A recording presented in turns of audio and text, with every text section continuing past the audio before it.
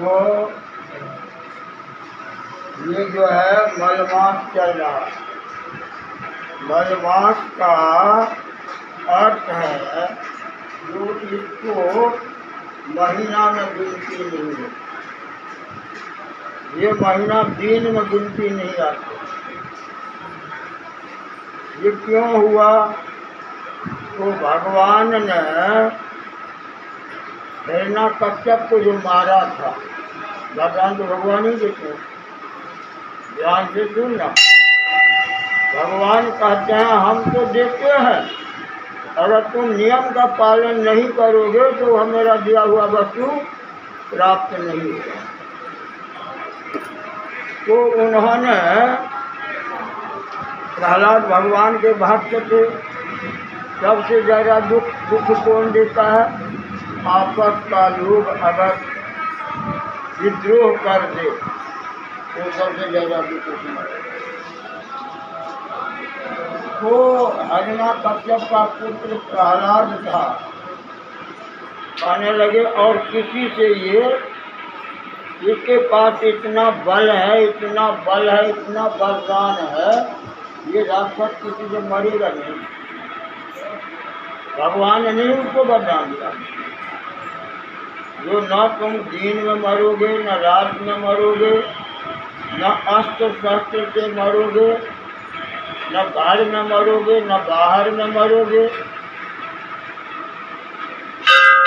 न कोई मांस में मरोगे, न कोई तिथि में मरोगे। तो इसीलिए ये मलमास बनाया, इनकी गिनती नहीं होती, न मास में होता है, न दिन में होता है, न तिथि में, जब मास ही नहीं है। तो भगवान ने जो वरदान दिया था उसको, जो इतने वस्तुओं में तुम मरोगे नहीं, उन्होंने स्वयं वरदान मांगा था। तो भगवान सोचने लगे अब क्या होगा, ये कैसे मरेगा? तो ये 12 महीना जो है ये तो दिन में गिनती आता है, मास में गिनती आता है, मास में गिनती आता है, तिथि में गिनती आता है। तो इसको कैसे मारेंगे? इसीलिए बना मलमास, उसको मारना है। और में हम मार नहीं सकते। अगर कोई वाणी, इंसान अपने वाणी से फिर जाता है, आप बोला, आप ही अपने बातों का पालन नहीं किया, तो झूठा है ना। जो अपने वाणी से फिर गया वो झूठ बोला, झूठ सबसे बड़ा पाप है। इसमें कथा सुनाते हैं भगवान कृष्ण धर्मराज के बताते हैं। ये कथा यहाँ की तो है नहीं, ये कथा तो मंदिर की है, मंदिर का गुणगान है। मंदिर में जो गलती होती है तो ये पाप भी उतना बड़ा होता है, पुण्य भी होता है तो इतना बड़ा पुण्य होता है। तो इसीलिए मंदिर में जब लोग आते हैं तो किसी से बात नहीं करते, बातें जो करते हैं तो उसमें भेद होता है। बात नहीं कुछ कहोगे तो कहीं कुछ नहीं होगा। आपने तो अगर आप किसी से बातें कर रहे हो इसका मतलब आप भगवान के पास नहीं, क्योंकि आप ऐसे ही व्यवस्था कर रहे हो जो आपके द्वारा किसी का अच्छा हो रहा है तो किसी का बुरा हो रहा है। तो इसीलिए कहा है धर्म पुण्य करो तो अपनी वस्तु को लेकर के करो। किसी के वस्तु को लेकर के हाथ में लेकर आप पूजा में बैठ गए, उसका नाम पूजा नहीं है, ये तो एक प्रकार का छल है। आपके पास सबसे बड़ा वस्तु ये शरीर है। ये भगवान को अर्पण करो। भगवान को अर्पण कर दोगे तो तुम्हारे पास वाणी ही नहीं रही, भगवान को वाणी नहीं पा सकता। तो जब प्राणी चुप हो जाता है, वाणी को रोक देता है, तो उसका मुलाकात भगवान से। वाणी कुछ न कुछ करता रहता है, तो दुनिया बनाता रहता है। अगर उसको रोक दिया ना तो सीधे भगवान से। फिर उसको पता लगता है जो ये दुनिया कितना बड़ा है और ये दुनिया अपना। हम कमाने आए हैं, दुनिया में आए हैं, कमाने आए हैं।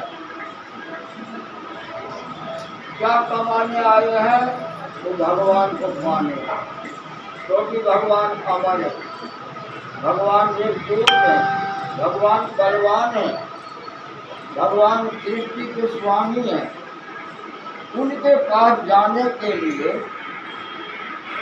तो आपको जाना है, तो दुनिया को छोड़ करके ही तो जाना पड़ेगा। दुनिया को लेकर वहाँ कोई देश जा ही नहीं सकता। दूसरी बात, भगवान को पाने के लिए आपको प्रयास नहीं करना, भगवान आपके अंदर में है। आपके अंदर में भगवान बैठे हैं। अगर आप अंदर वाले भगवान से मिलकर चलते हो तो आप भगवान से मिल लो। अगर कुछ बन करके गए हो तो भगवान से नहीं मिलते। आग में आग ही मिलता है, पानी में पानी ही मिलता है, हवा में हवा ही मिलता है। जो मिल जाता है तो पानी में कितना बड़ा वस्तु है, उसमें थोड़ा जल आप डाल दो, उस जल को कोई कलाकार बाहर नहीं करता। जल में दूध डाल दो तो हम चाहे दूध को उसमें से पी जाएगा, पानी पड़ा। तो उसको मिलन कहते हैं जिसको उसमें से कोई विलग ना करे।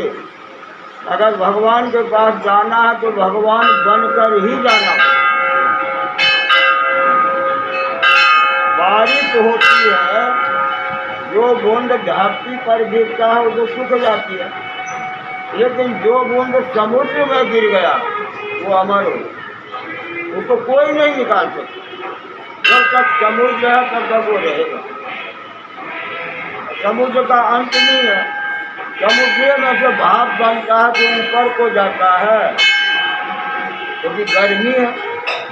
गर्मी के कारण ही तरंग आता है, गर्मी न हो तो तरंग नहीं आए, तो वही फिर बाहर जाता है, वही फिर बरसता है।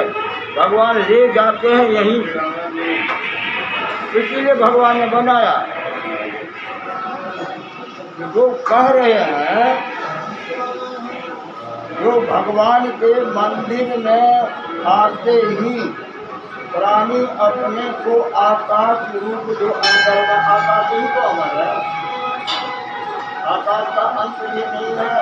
और अंदर में अगर ये आकाश तुम्हारे पास है तो तुम्हारे पास जगह रहेगी, जो आएगा उसमें चलेगा, और कोई वस्तु से रखेगा ही नहीं। और कुछ भी रखोगे तो भगवान का हवा आएगा तो उसको उड़ा। अगर कुछ है ही नहीं तो हवा आकाश को थोड़े उड़ा देगा। इतना सामर्थ्य हवा में नहीं है, इतना सामर्थ्य आग में नहीं है जो आकाश को जला दे, सब उसके अंदर में। तो कहते हैं भगवान कृष्ण कह रहे हैं मंदिर माने भगवान से मिलने का उपाय। अगर 5 मिनट के लिए, 2 मिनट के लिए भी अगर ये धारणा लेकर के आएगा तो उसको भगवान देगा। क्यों? उनको लगेगा भगवान हमारे। जब आकाश रूप बनोगे तो लगेगा ये दुनिया हमारे में। अपना कर्म नहीं करना पड़ेगा, ये तो अपने आप हो रहा। हवा चल रही है, आग है, धरती है, सब अपना अपना कर्म कर रहे हैं। तो देखोगे धरती क्या कर रही है, तो सबकी अन्नपूर्णा सबको पेट भरने का शरीर को बनाती है। ये माता जल को देखो, सबको जल जो है ना अमृत है। पौधा में पानी नहीं डालोगे तो सूख जाए, पानी डालो तो हरा भरा रहेगा। तो पानी करके ही हरियाली है, ठंडक है। तो सबसे पहले ये नीति अपनाना पड़ता है, भगवान बनना पड़ता है। और भगवान बनने का मतलब हुआ हमारे अंदर जो भगवान है उनसे जाकर मिलिए। और उनसे जो मिल जाता है तो वाणी बन जाता है। कान देखना बंद कर देता, कान सुनना बंद कर देता है। तब क्या होता है, जितने भी वाणी है उसको सुनता, कान में नहीं बोलता। जब वो सब कहीं भी सृष्टि में बोल रहा हो वो सुन ले, समझ लेगा। जो भगवान के पास जो जाता आता है वो तरह चीजों एक तो संचार करिए, तो भगवान को क्या लेना देना, भगवान को कोई लेना नहीं है। उनको संसार चाहिए, वो फिर जन्मेंगे फिर मरेंगे, जो सोचेगा सारा जमा है। जो आपको अच्छा लग गया है दुनिया में ये चाहिए तो कितना जन्म आपको लेना ही पड़ेगा, केवल वो सुख मिलेगा जो आपने जमा किया। और बाकी से सुख भी है और जो कर्म किए वो भी भोगना पड़ेगा। वो कहते हैं, भगवान बताते हैं, हे धर्मराज, अधिक मास के शुक्ल पक्ष की एकादशी का नाम है परमा एकादशी। परम माना उससे बढ़ करके और कुछ नहीं। तो इसके महात्मा नाम का एक ब्राह्मण रहता था, उनकी स्त्री का नाम पवित्रा था। वह पतिव्रता थी, अतिथि सत्कार भी करती थी और भूखी रह जाती थी। कारण सुविधा ब्राह्मण ब्राह्मण को जाती है। लक्ष्मी ब्राह्मण के घर आना नहीं चाहती, वो ब्राह्मण ने किनको पाल रखे हैं, भगवान को। तो लक्ष्मी को भगवान से ब्राह्मण नहीं परिचय, भगवान को ब्राह्मण को चाहिए। ये निर्णय नहीं हो पाया जो किनकी पूजा करोगे तो कभी कुछ मिलेगा। तो ब्रह्मा जी के पुत्र ब्राह्मण, इनकी उत्पत्ति मुख्य से ही है। वो जाते हैं सबसे पहले अपने पिता को रखवार देता। देखो एक तो रूप है, एक तो न्याय है। न्याय तो वही करेगा जो न्याय करता हो, जो अन्याय करता हो न्याय करता।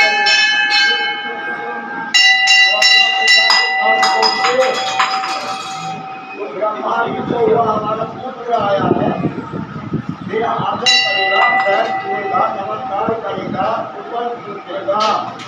मुझे ब्राह्मण जो है वहाँ जा करके उनका पैर नहीं छुए, उनको हाथ नहीं जोड़े, खड़े रहे।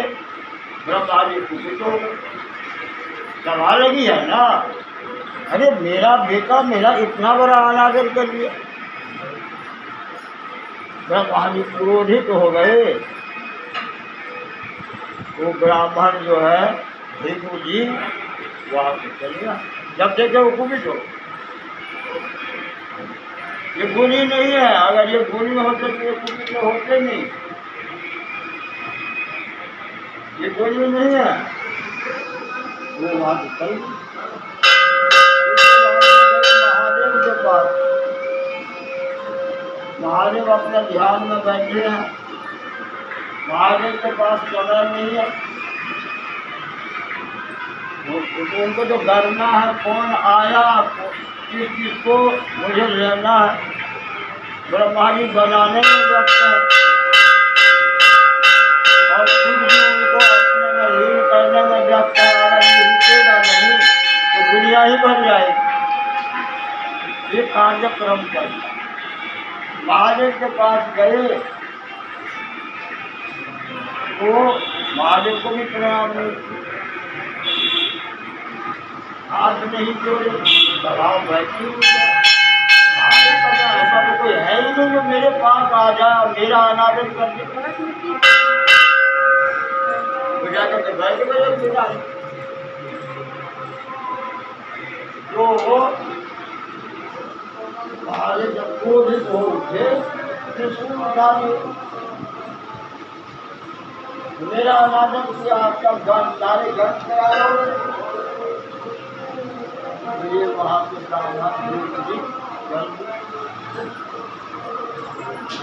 जब ये चल लिए तो वहाँ से कहने लगे, ब्रह्मा हो गए, विष्णु हो गए और शिव जी बाकी है। तो शिव जी हो गए, विष्णु भगवान बाकी है। तो विष्णु जी जो जाते हैं भगवान योग निद्रा में लक्ष्मी चरण दबा रही है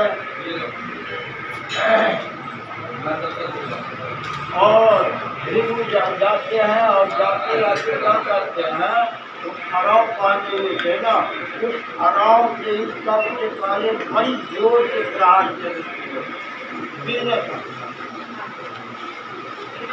तो विष्णु भगवान ने उपयुक्त नहीं हुई, उनको चोट ही नहीं लगा। उपयुक्त क्यों होंगे? जिसका क्रोध है जो दुनिया में है उसको न चोट लगता है, उनको चोट ही नहीं लगा। और विष्णु भगवान ने जानते तो थे ब्राह्मण के पाँव पकड़ लिए और सहलाने लगे, कहने लगे आपने मुझे बहुत बड़ा वस्तु दिया है। आपने जो हमको देने आए हो दिए हो, ये एक अद्वितीय वस्तु है, इसको मैं धारण करूँगा, कभी नहीं छोड़ूंगा। लेकिन अब आपके लिए नहीं पाया जाएगा।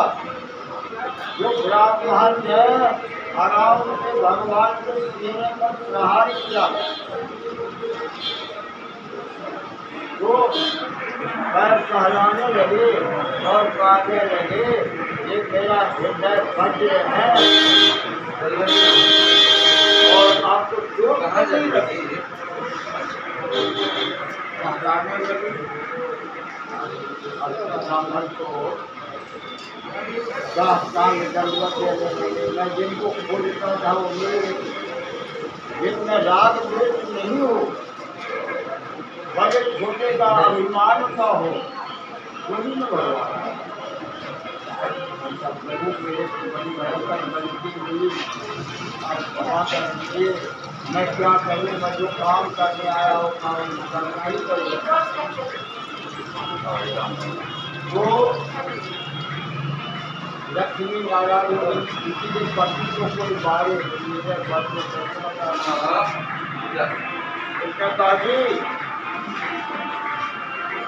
मैं श्राप देता हूँ, ब्राह्मण के घर में कभी नहीं जाऊँ। ब्राह्मण चाहेगा मैं कोई वस्तु जमा कर दूँ, नहीं रहेगा।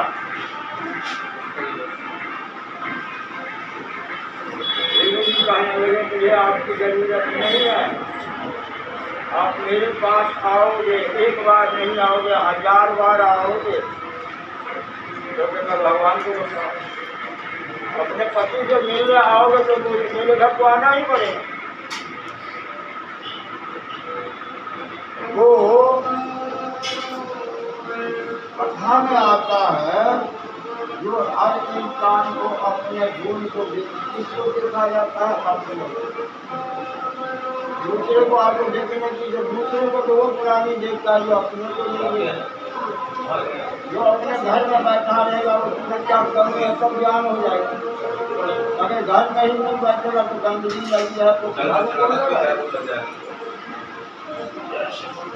सुंदर कैसे बनेगा? ये चीज खराब हो गया इसको कैसे बनाएंगे? घर में रहेगा तब न देखेगा। तो हर इंसान को सबसे पहले अपने को देखना, और हर इंसान के पास में भगवान के बिना तो देह ही नहीं मिल सकते। और भगवान बैठे हैं, अगर वो भगवान से मिल रहा है तो उसको किसी से मिलने की जरूरत नहीं। अगर भगवान से नहीं मिल रहा है तो भगवान के पास जाएगा, मिलने ही नहीं आएगा तो जाएगा। तो बताते हैं कि ये नियम है, इंसान सबसे पहले अपना को देखे। हमारे पिता को जब सोच क्या सोच ही को जाता है, सोच ही जाता है, देह को यही मरे जा जाते। तो कहते हैं जिसको भगवान चाहिए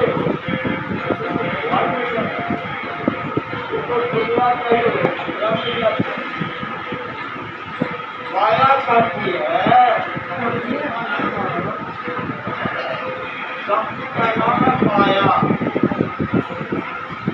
जो कहते हैं माया खराब है, खराब है, खराब है, माया से दूर रहो, माया से दूर रहो, भगवान से दूर ही नहीं रह पाएगी, तुम कहाँ दूर रहोगे? माया से दूर कोई नहीं रहे, लेकिन विचार है। तो माया कहती है, शक्ति कहती है, जो लोग मेरे से दूर होते हैं। ऋषि मुनि महात्मा देवता भी कहते हैं ये माया है, क्योंकि ये रुकती नहीं, इससे कोई लाभ नहीं है। इसको छोड़ दो, इसको छोड़ दोगे तो भगवान के पास चले जाओगे, आनंद हो जाओगे। तुम एक वस्तु लाते हो और खत्म हो जाता है, फिर दुखी होते हो। बड़ी परिश्रम करके लाते हो तो इसको संभाला भी नहीं जाता हो, पता नहीं कहाँ चला जाता। इसी का नाम माया। तो कहते हैं, लोग कहते हैं ये माया है, ये दुखदाई है, और वो शक्ति कहती है मैं कहाँ दुखदाई हूँ। अगर मैं किसी के पास नहीं जाऊंगी तो वो सुखी करते हो, जब वो पत्थर के समान हो जाएगा उसको कोई सुख का अनुभव ही नहीं होगा। हाँ, अंतर का क्या अंतरिक्षा है। अगर भगवान की गीता है, जगत के संतान अगर अपने माता से जो कहता है, माता चाहे जो भी करना पड़ेगा, नारी को कन्या की शादी कराई जाती है, इसको किसी का दान है। नारी के लिए नहीं, पुरुष के लिए। अगर पुरुष हाथ पकड़ लेता है ना नारी का, वो जो शक्ति है उसकी सुरक्षा के लिए कुछ भी कर सकती। माता के हाथ से बच्चों को कोई छुड़ा करके नहीं ले जा सकता है, उसके पति को कोई नहीं ले जा सकता। कथा सुने होना सावित्री सत्यवान का, पतिव्रता नारी का। जो पतिव्रता है उसको कोई नहीं ले जा सकता। पतिव्रता नारी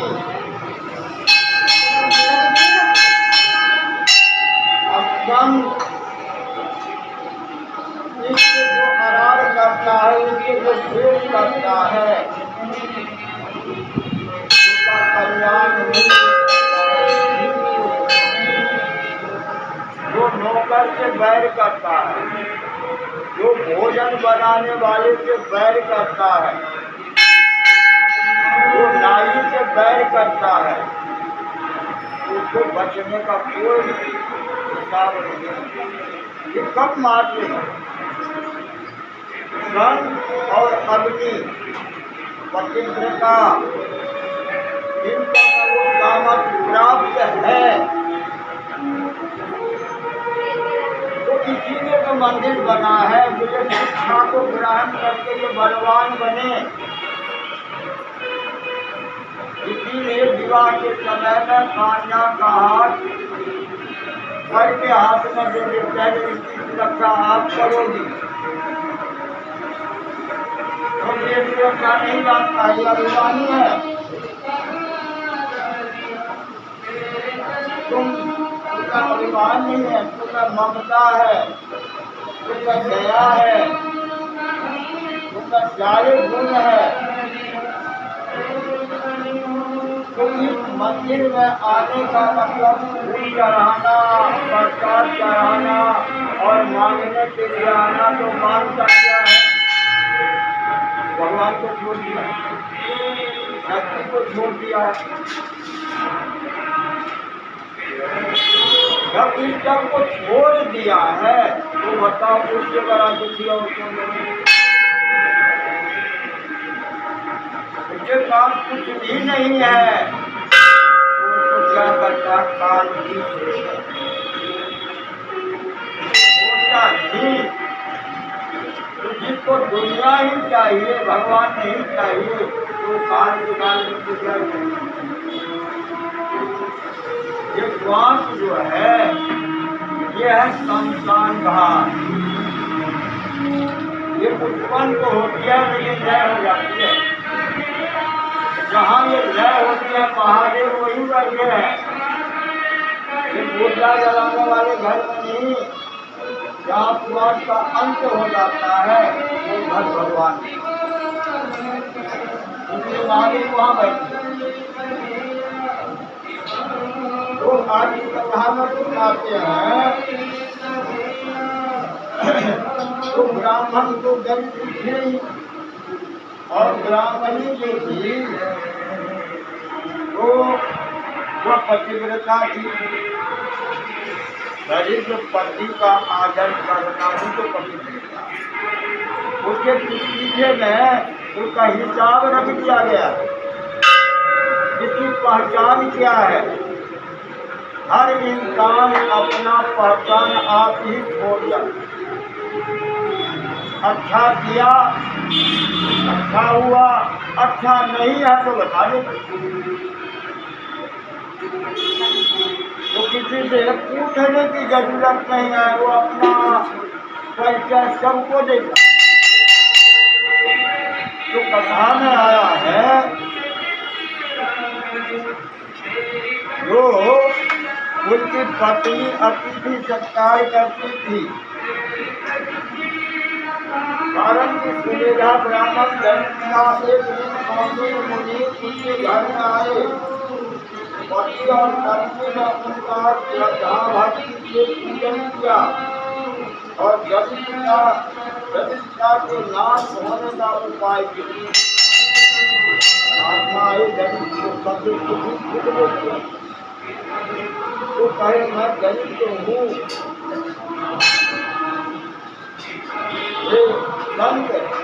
ये दरिद्रता को दूर करने का कोई उपाय है? सुगम उपाय है? मैं बड़ा दुखी हूँ। कौंडिन्य मुनि बोले, यही उपाय बताइए। और दोनों मिल करके अब ये उपाय क्या बताते हैं? तुम दोनों मिल करके लौंग मास, अधिक मास, न मलमास का जो व्रत है, परमा एकादशी का व्रत करो। रात्रि को जागरण कर इंद्रिय प्रारब्ध को संभालो। राक्षस राजकुबेर ने परमा एकादशी का व्रत किया तो भगवान शंकर ने उसे भंडारी बना दिया। 5 रात्रि व्रत करके उत्तम है, यह व्रत तत्काल फल देने वाला है, ऐसा कहकर मुनि चले गए और ब्राह्मण ने परमा एकादशी का अमावस तक व्रत किया। प्रातः समय परवा के दिन एक राजकुमार घोड़े पर चढ़कर आया। उसने उनको एक उत्तम गृह रहने को दिया। राम भी उसके नाम लगाकर चला गया। इस परमा एकादशी का महात्मा सुनने से इस लोक में अनंत सुख हो, ये सब हो करके अंत में इंद्र के लोक को चला जाता है। मास की एकादशी 35 महीने के बाद आता है और बताते हैं इस एकादशी का जो व्रत करता है उसके पाप हत्या को हटाने के लिए ये नौजवान के परमा एकादशी करते हैं।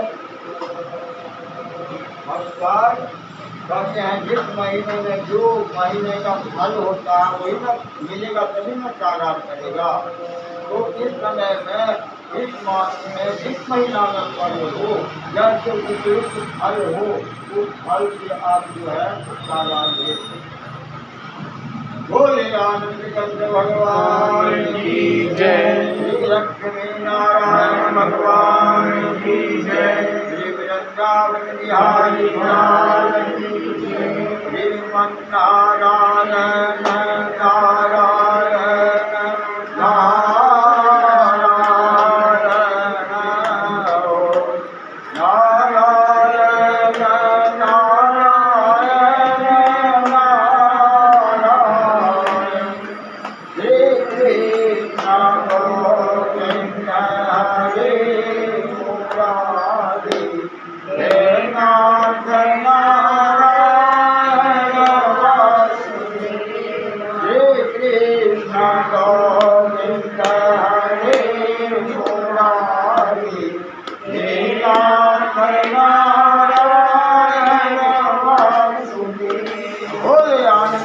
भगवान की